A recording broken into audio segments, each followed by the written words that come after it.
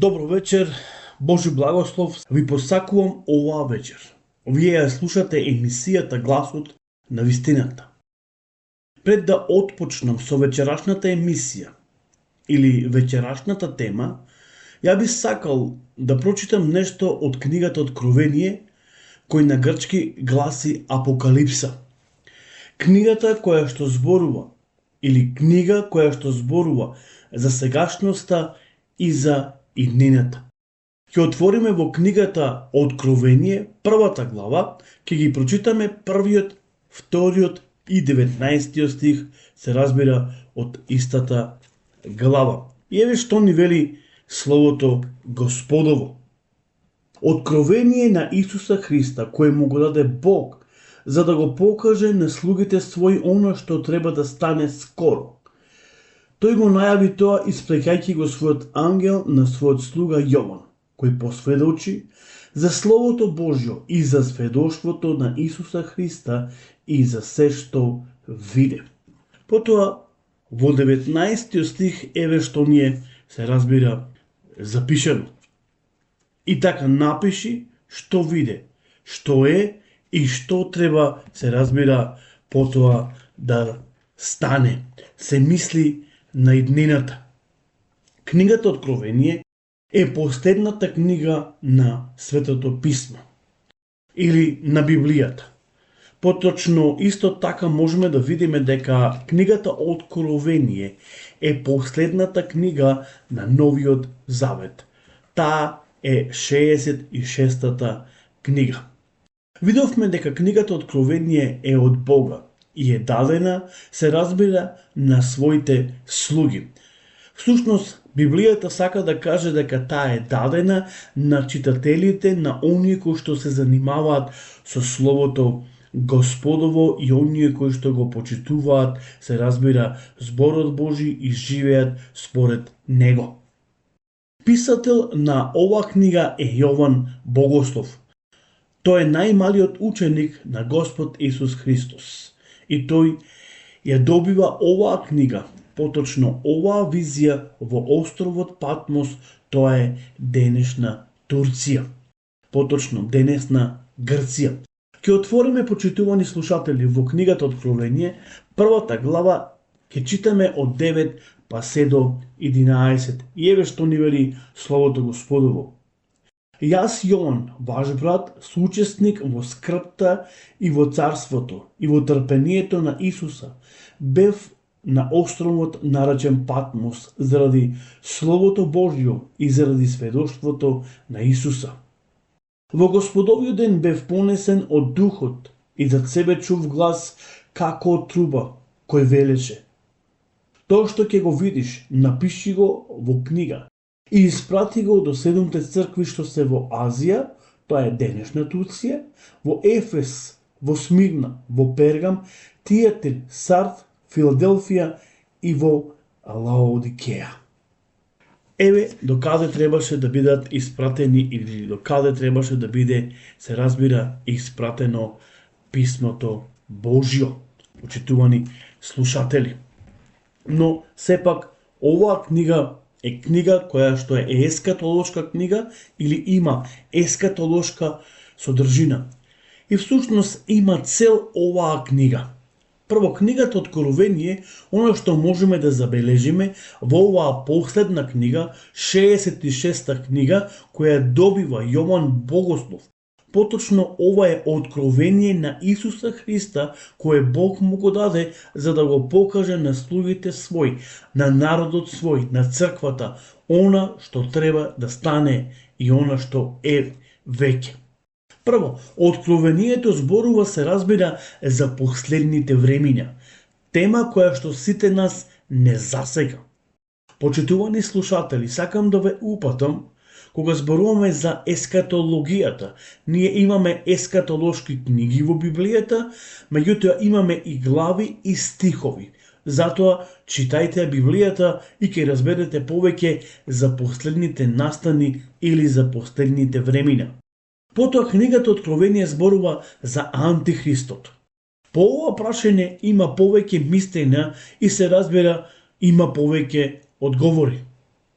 Потоа зборува за неговото триумфално доаѓање. Тоа е всушност за неговото второ доаѓање на овој свет. Библијата пишува дека Христос ќе дојде како цар на царевите и како господар над господарите. Но нема ова вечер да зборуваме за тоа нешто. Друго нешто е многу важно и многу битно. По прашање на оваа книга, книгата Откровение, јас препорачувам да се чита оваа книга, затоа што најчесто се избегнува оваа книга. Книгата се разбира Откровение. Иако е на символичен начин напишана оваа книга, но сепак Бог е тој кој преку Духот Свети ни ги открива нештата. Така да убаво е да читаме, се разбира, книгата Откровение, која зборува за иднина, која зборува за последните времења, која зборува за Антихристот и за неговото, се разбира, триумфално доаѓање. Книгата Откровение зборува исто така за неговото, како што кажав, доаѓање меѓутоа, не како бебе, туку како судија, како цар на царевите и господар над господарите, како оној кој има власт и оној кој е спремен, се разбира, да им суди и на живите и на мртвите. Затоа, почитувани слушатели, читајте книгата Откровение, навистина ќе имате голем благослов и ќе ви помогни за многу работи кои што можеби се распрашувате, барате прашања, а всушност и немате одговори. Во оваа книга ќе ги најдете одговорите на вашите прашања, по прашања на последните или за последните, се разбира, времиња. Друго, она што е многу битно и она што е многу важно, она што сакам ова вечер да го препорачам. Затоа е многу битно да ја слушаме емисијата Гласот на вистината, затоа што преку незив се промовира, се проповеда словото на нашиот Господ, се разбира, и Спасител Исус. Почитувани слушатели, Бог преку оваа книга сака да го предупреди својот народ, па дури денес и нас. Значи, повторно ќе зборуваме, кога почнуваме да ја читаме оваа книга, е толку занимлива книга, толку интересна книга, затоа што има ескатолошка содржина, но сепак оваа книга го предупредува својот народ.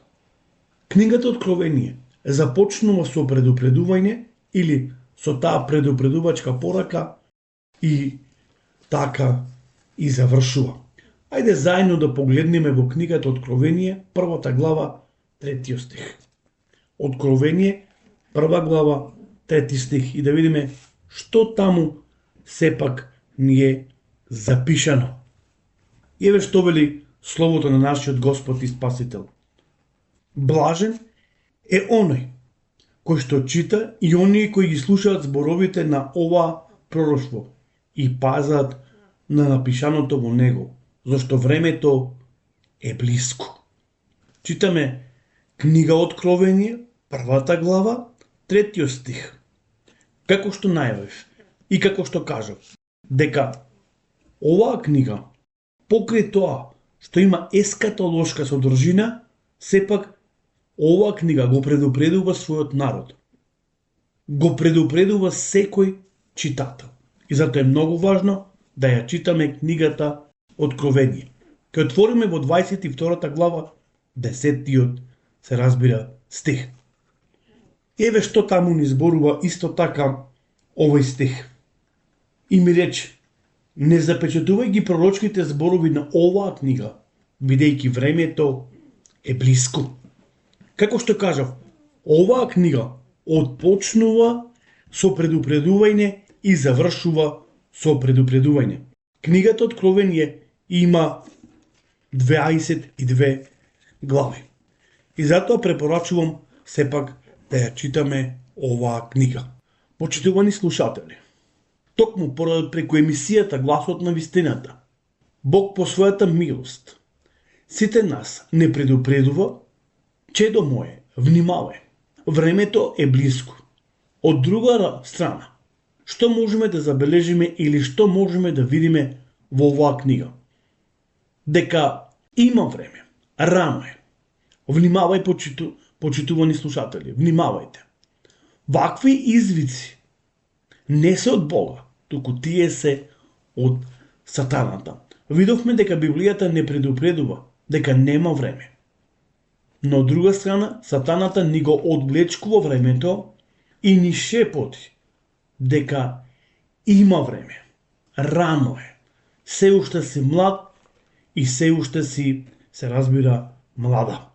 Почитувани слушатели, сакам оваа вечер да зборуваме дека Бог е изворот на животот. Многу често пати можеби размислуваме за изворот на животот. Зошто живееме? Кој е смислата на нашиот живот? Дали има смисла, се разбира, нашиот живот? Ти и јас сме создадени од Бога. И се започнува, се разбира, од Бога. Бог е само почетна точка. Поточно, Бог не е само таа почетна точка во твојот и во мојот живот. Тој е изворот на нашиот живот. Потоа, што друго ни е, се разбира, запишано во Светото Писмо? Еве што вели.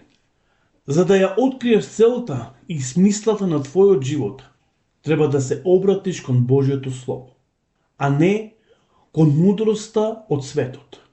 Мора да изградиш свој живот врз основа на вечни вистини, а не на модерна психологија и мотивација базирана на успех, ниту на инспиративни приказни. Еве што ни вели апостолот Павле, се разбира, до Ефесијаните, првата глава, 11 и 12. Ке го прочитаме 11 и 12 стих. Преку него ние бевме избрани за наследници од најнапред определени според одлуката на оној кој вршеше се според својата воља, за да послужи како пофалба на славата негова, оние кои од порано се надеваа, се разбира, на Христос. Почитувани слушатели, овие стихови ни укажуваат на три работи за твојот живот или за твојата животна цел. Прво, ти го откриваш твојот идентитет и целта во животот преку врска со Исуса Христа. Ако немаш таква врска со Христос, ќе ти објаснам како можеш да започнеш една ваква врска или едно вакво, се разбира, заедништво. Бог мислил на тебе долго пред воопшто да помислиш ти на Него. Неговата цел за твојот живот е смислена уште пред твоето зачнување. Тој ја испланирал уште пред да постоиш, без да те праша или без да праша за твое мислење. Ти можеш да си ги избериш кариерата, брачниот партнер и други работи во твојот живот, но не можеш да си ја избериш животната цел или целта на твојот живот. Целта на твојот живот се вклопува во една многу поголема космичка цел, која Бог ја осмислил за вечноста. Почитувани слушатели, Андреј Бирбатов, еден руски писател, вели вака: пораснав во античко комунистичко општество, но Бог го привлекол неговото внимание еден здодевен ден. Тој се присетил на овие следни зборови. Во 27-та година од мојот живот, додека патував со метро во Ленинград, денешен Сан Петербург, бев исполнет со толку голема или со толку голем очај, што изгледаше дека животот веќе престанал и дека повеќе немам иднина, а камоли некаква животна цел. Отеднаш во моите мисли се појави една реченица: без Бог животот нема смисла. Вчудовиден ја повторив реченицата уште еднаш, излегов од метрото и влегов, се разбира, во Божјото присуство и во Божјата светлина. Можеби ти си еден од тие кои што оваа вечер така си се почувствувал, очајнички, дека твојот живот нема никаква смисла. Буквално никаква смисла. Каква смисла има мојот живот во овој свет? Додека така размислуваш, Бог сака ова вечер преку емисијата Гласот на вистината да ти каже дека твојот живот има смисла. И смислата на твојот живот се креира сепак во Божите раце. Ти си создаден, се разбира, од Бога за Бога. И се започнува со Бог. Ти си во Божјата промисла. Ти не си залудно на овој свет.